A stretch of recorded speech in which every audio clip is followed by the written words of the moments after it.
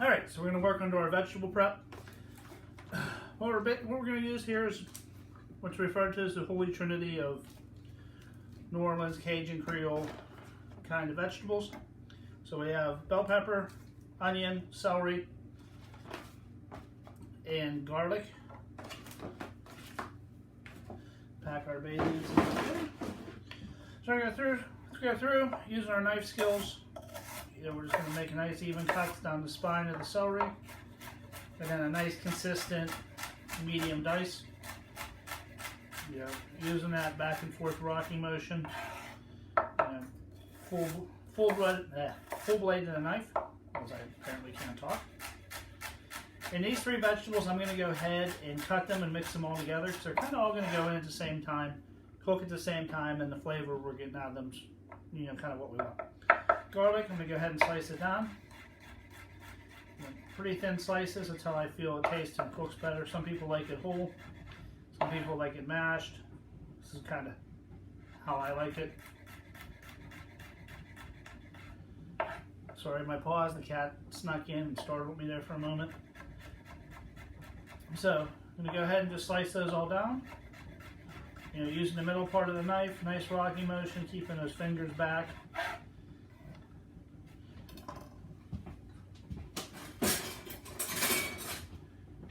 I'm going to take all this right into our bowl. And really this is some of the, when talking about prepping and cooking and the difference between chefs and, cooks and whatnot, this step of organization where you have things pre-prepped and ready to go is very important. So our onion, we're going to go ahead and do a medium dice on it, just half of a Spanish onion. Peel that outer skin off. Make sure we get all our little roots off. I'm going to go ahead and use the tip of the knife.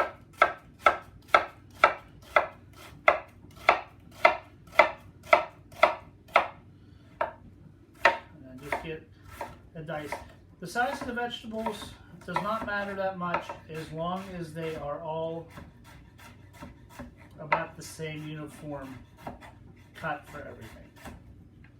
You don't want real big pieces of onions, real small pieces of onions, real big pieces of celery but small onions, vice versa. You want everything kind of uniform so it cooks in unison and gets the same doneness. You don't want a mushy vegetable next to a really crunchy vegetable in this dish.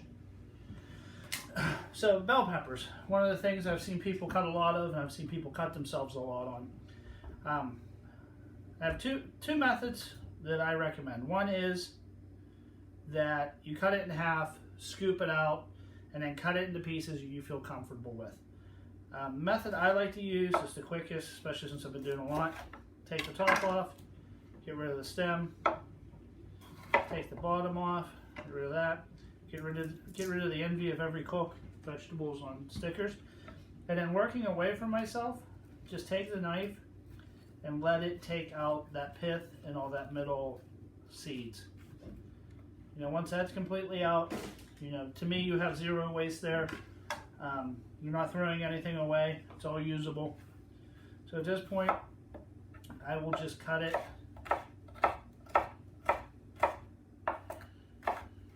into strips.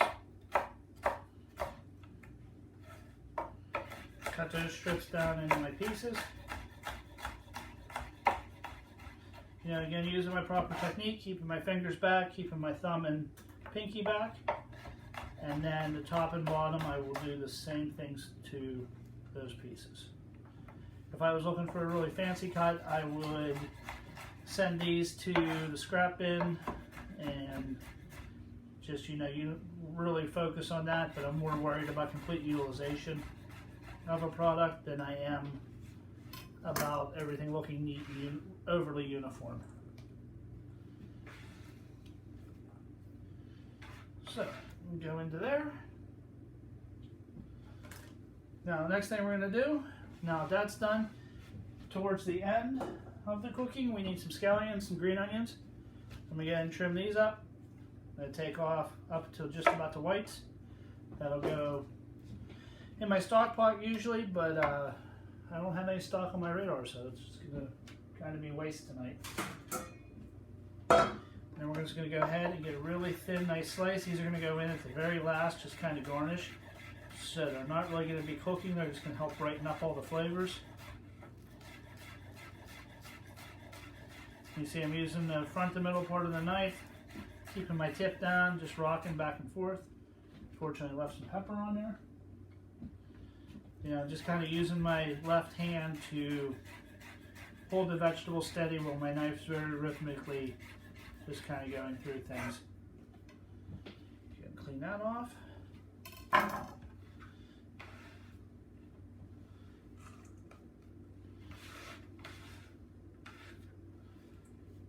Alright, so that's ready to go. So I'm going to talk about a couple of our proteins and other items we have in front of us. The shrimp we're using today are a shrimp that we use a lot at the restaurant. It's the Yoichi brand. Giant Eagles have them available. These ones are kind of pre-cleaned but still have the shells on. I'm going to leave the shells and tails on mine when I cook them because I want more flavor to incorporate into the dish. I do not want the I don't have enough of them and I'm going to make a stock or anything out of them, so I want that flavor to incorporate in and I'll clean them off later. Some smoked chicken thighs. These are fully cooked, ready to go. A little bit of andouille sausage. We're going to actually have to take this. We're going to cut this down into some bigger pieces, or just some smaller pieces, just to help the presentation and the cooking process. Again, just using that back and forth kind of motion.